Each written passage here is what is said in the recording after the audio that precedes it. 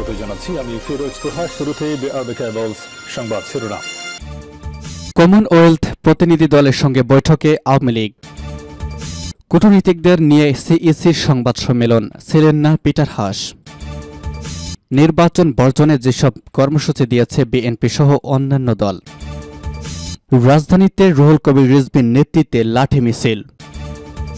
এরপর জানাব বাংলাদেশের নির্বাচন নিয়ে যা বলল ভারত, এবং সর্বশেষে জানাব দলীয় এমপি মন্ত্রীদের বিরুদ্ধে লেখালেখি হলেই শেখ হাসিনা মাইন্ড করেন, বললেন আওয়ামী লীগ নেতা। কমনওয়েলথ প্রতিনিধি দলের সঙ্গে বৈঠকে আওয়ামী লীগ। কমনওয়েলথের প্রতিনিধি দলের সঙ্গে বৈঠক করেছে আওয়ামী লীগের একটি প্রতিনিধি দল। বৈঠকে আওয়ামী লীগের 10 সদস্যের প্রতিনিধি দলের নেতৃত্বে রয়েছেন দলের সাধারণ সম্পাদক ওবায়দুল কাদের। আজ সকালে রাজধানীর সোনাগাঁয় হোটেলের বলরুমে দুপক্ষের মধ্যে বৈঠকটি শুরু হয়েছে। সরজমিনে দেখা গিয়েছে সকাল 8:07 হোটেলে প্রবেশ করেছেন আওয়ামী লীগের সাধারণ সম্পাদক ও সেতুমন্ত্রী ওবায়দুল কাদের। তার আগে হোটেলে উপস্থিত হন দলটির অন্য নেতারা। বৈঠকে কমনওয়েলথের পর্যবেক্ষক দলকে স্বাগত জানিয়ে 7 জানুয়ারির নির্বাচনকে অবাধ, সুষ্ঠু ও গ্রহণযোগ্য করা নিয়ে আওয়ামী লীগের অঙ্গীকার পুনর্ব্যক্ত করেছেন দলটির প্রতিনিধিরা। 15 সদস্যের কমনওয়েলথ নির্বাচন পর্যবেক্ষক দলের নেতৃত্ব দেন টিম লিডার মেইজাকার, সাবেক প্রধানমন্ত্রী ওরেড ব্রুস গোল্ডিং। এছাড়া বৈঠকে আওয়ামী লীগের আন্তর্জাতিক বিষয়ক উপকমিটির চেয়ারম্যান সাবেক অ্যাম্বাসেডর জমির উদ্দিন, দলের দপ্তর সম্পাদক বিপ্লব বড়ুয়া, তথ্য ও গবেষণা বিষয়ক সম্পাদক ড সেলিম মাহমুদ, অর্থ বিষয়ক সম্পাদক অসিকা আয়শা খান ও দলের নির্বাহী কমিটি সদস্য মোহাম্মদ এ আরাফাত উপস্থিত রয়েছেন। এছাড়া প্রধানমন্ত্রী জলবায়ু বিষয়ক বিশেষ দূত সাবির হোসেন চৌধুরী ও শিক্ষা উপমন্ত্রী মহিবুল হাসান চৌধুরী নওফেল বৈঠকে অংশ নিয়েছেন বলে জানা গিয়েছে। কূটনীতিকদের নিয়ে সিইসির সংবাদ সম্মেলন, ছিলেন না পিটার হাস। ঢাকায় থাকা বিদেশি মিশনের কূটনৈতিক এবং আন্তর্জাতিক সংস্থার প্রতিনিধিদের নিয়ে দ্বাদশ জাতীয় সংসদ নির্বাচনের শেষ পরিস্থিতি জানাতে গতকাল বিকালে রাজধানীর সোনাগাঁয় হোটেলে সংবাদ সম্মেলনের আয়োজন করে নির্বাচন কমিশন। সেই সংবাদ সম্মেলনে রাশিয়া, চীন, জাপান, যুক্তরাজ্য, জার্মানি সহ অনেক দেশের রাষ্ট্রদূতরা উপস্থিত থাকলেও মার্কিন রাষ্ট্রদূত পিটার হাস ও ভারতীয় হাইকমিশনার প্রণয় ভার্মা ছিলেন না। কূটনীতিকদের নিয়ে সংবাদ সম্মেলন শেষে পিটার হাস ও ভারতীয় হাইকমিশনার প্রণয় ভার্মার অনুপস্থিতির বিষয়ে জানতে চাইলে পররাষ্ট্র সচিব মাসুদ বিন মোমিন বলেন, হয়তো ওনাদের অন্য কোনো জায়গা আছে, ওনাদের প্রতিনিধি আসছে, আমরা সবাইকে আমন্ত্রণ করেছি। আমাদের এখানে যতগুলো দূতাবাস আছে বা যতগুলো আন্তর্জাতিক সংস্থা আছে, আমি আমার চোখের হিসাবে বলতে পারি বেশিরভাগ আসছে। আমার মনে হয় 50-এর মতো হবে। ঢাকায় নিযুক্ত জার্মানি রাষ্ট্রদূত আখিম ট্রোস্টার বলেছেন, আমরা নির্বাচন কমিশনের সঙ্গে গত বছর থেকে যুক্ত আছি। আজ যেসব আলোচনা হয়েছে তাতে নতুন কিছু নেই, শুধু তারা আমাদের হালনাগাদ পরিস্থিতি সম্পর্কে অবগত করেছেন। আখিম ট্রোস্টার আরও বলেছেন, শুরু থেকেই আমার মনে হয় নির্বাচন কমিশন একটি ভালো নির্বাচন করার ব্যাপারে প্রতিশ্রুতিবদ্ধ এবং সবচেয়ে ভালো কিছু করার যথাসাধ্য চেষ্টা করছে। তবে তারা এটাও ঠিক বলেছে যে নির্বাচনকে ঘিরে রাজনৈতিক পরিস্থিতির জন্য দায়ী নয়। নির্বাচন বর্জনে যেসব কর্মসূচি দিয়েছে বিএনপি সহ অন্যান্য দল। অবৈধ আওয়ামী লীগ সরকারের পদত্যাগ ও নির্বাচনকালীন নির্দলীয় তত্ত্বাবধায়ক সরকার ব্যবস্থা পুনঃপ্রতিষ্ঠার দাবিতে চলমান শান্তিপূর্ণ আন্দোলন সহ নানা কর্মসূচি দিয়েছে বিএনপি সহ যুগপৎ আন্দোলনের শরিক দল।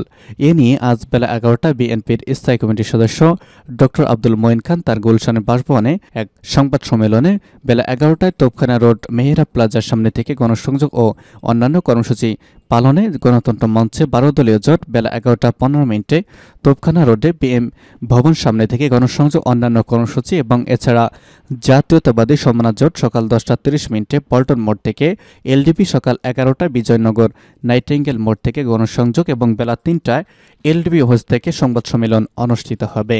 সেখানে বক্তব্য রাখবেন এলডিপি চেয়ারম্যান ড কর্নেল অলি আহমেদ বীর বিক্রম। এছাড়াও গণ অধিকার পরিষদের নুরুল হক নূর বেলা 3:30টায় বিজয়নগরে পানির ট্যাঙ্কের সামনে, গণফোরাম ও পিপলস পার্টি সকাল 10:30টায় বিজয়নগর পানির ট্যাঙ্কের সামনে, বাংলাদেশ লেবার পার্টি ও বাংলাদেশ সাধারণ ছাত্র অধিকার সংরক্ষণ পরিষদ বেলা 11টায় পুরনো পল্টন মোড় থেকে এবং বাংলাদেশ ইউথ ফোরাম সকাল 10টায় জাতীয় প্রেস ক্লাবের সামনে থেকে। রাজধানীতে রিজভীর নেতৃত্বে মিছিল, নির্বাচন বর্জনের দাবিতে বিএনপির সিনিয়র যুগ্ম মহাসচিব রুহুল কবির রিজভীর নেতৃত্বে রাজধানীতে লাঠি মিছিল করেছেন দলটির অঙ্গ সংগঠনের নেতাকর্মীরা।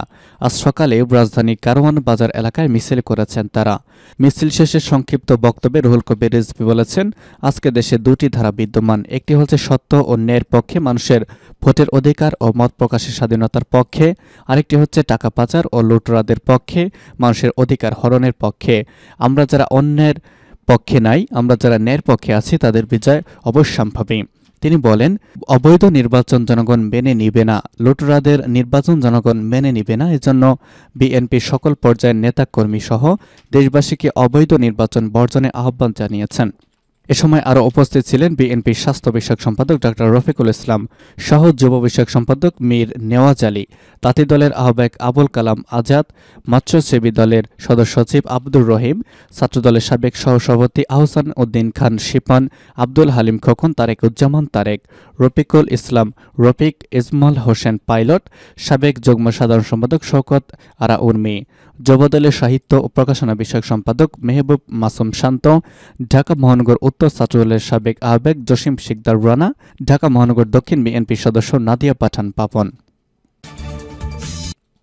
বাংলাদেশের নির্বাচন নিয়ে যা বলল ভারত। আগামী 7 জানুয়ারি অনুষ্ঠিত হতে যাচ্ছে দ্বাদশ সংসদ নির্বাচন। গত কয়েকদিন ধরে নির্বাচন নিয়ে আন্তর্জাতিক সংবাদ মাধ্যমগুলো বিভিন্ন মতামত দিচ্ছে। বাংলাদেশের নির্বাচন নিয়ে ফের নিজেদের অবস্থান জানিয়েছে ভারত। নয়াদিল্লি বলছে, নির্বাচন বাংলাদেশের অভ্যন্তরীণ বিষয়। বৃহস্পতিবার ভারতের পররাষ্ট্র মন্ত্রণালয়ের সাপ্তাহিক ব্রিফিংয়ে কথা বলেছেন নতুন মুখপাত্র রণবীর জয়সওয়াল।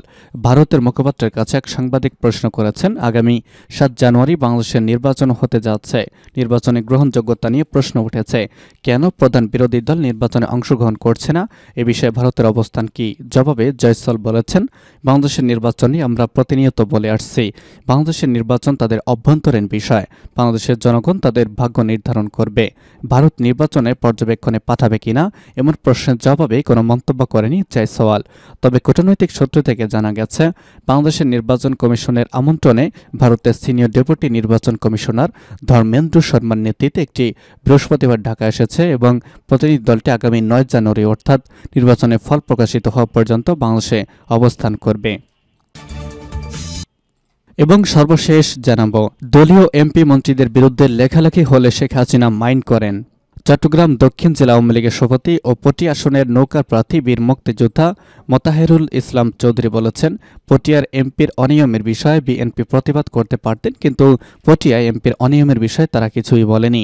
দলীয় এমপি ও মন্ত্রীদের বিরুদ্ধে লেখালেখি হলে প্রধানমন্ত্রী ও দলীয় সভানেত্রী শেখ হাসিনা মাইন্ড করেন, তাই আমরা এসব বিষয় নিয়ে বাড়াবাড়িতে যাইনি। তিনি আরও বলেন, বেড়িবাঁধ সাধারণত সমুদ্রের উপকূলে হয়, পটিয়ায় বেড়িবাঁধের প্রয়োজন ছিল না। এই প্রকল্পের কারণে যারা ক্ষতিগ্রস্ত হয়েছেন তারা এখনো ক্ষতিপূরণ পায়নি। এই প্রকল্পে অনিয়ম ও লুটপাট হয়েছে, এসব বিষয়ে তদন্ত করা হবে। বৃহস্পতিবার পটিয়া পৌরসভার আমির ভান্ডার দরবার শরীফ, শাহচাঁদ আউলিয়া মাজার, বিওসি রোড, শহীদ আব্দুস সব্বুর ক্লাব রোড, তালতল চৌকির মাতৃভান্ডার, আমির ভান্ডার পুরাতন বাড়ি, পোস্ট অফিস, রামকৃষ্ণ মিশন, সুদ চক্রদণ্ডী, মিলন মন্দির, জাফর ফকিরের বাড়ি, কাজারি বাড়ি, আলাই খোগড়া, বাহুল সন্ধি বিভিন্ন এলাকায় গণসংযোগে নৌকার প্রার্থী এসব কথা বলেন। তিনি আরও বলেন, বর্তমান এমপির পিএস এজাজের বাবার গুদামে সর্বপ্রথম এবং সবচেয়ে বড় ইয়াবার চালান ধরা পড়ে, যার মূল্য 10 কোটি টাকা। পটিয়ায় মাদকের স্বর্গরাজ্য করা হয়েছে। শেখ হাসিনা এসব কারণে তার লাইন কেটে দিয়েছে। শামসুল হক তার হাত যতই লম্বা হোক, আকাশ তার ছুঁতে পারবে না। তার সব অনিয়মের তদন্ত করে ব্যবস্থা নেওয়া হবে। এ সময় বৈঠকে উপস্থিত ছিলেন কেন্দ্রীয় যুবলীগের যুগ্ম সাধারণ সম্পাদক বদিউল আলম, দক্ষিণ জেলা আওয়ামী লীগের সাংগঠনিক সম্পাদক আম্মাম টিপু সুলতান চৌধুরী সহ আরও অনেকেই। উপস্থিত ছিলেন সোহেল ইমরান, নাজিমুদ্দিন পারভেজ, সোহেল মোহাম্মদ নিজামুদ্দিন, সাইফুল্লাহ পলাশ, মোয়াবাই ইসলাম, শহীদুজ্জামান, আমির খুসরু মাহমুদ, মঞ্জুরুল ইসলাম, আসাদুজ্জামান সহ আরও অনেকেই।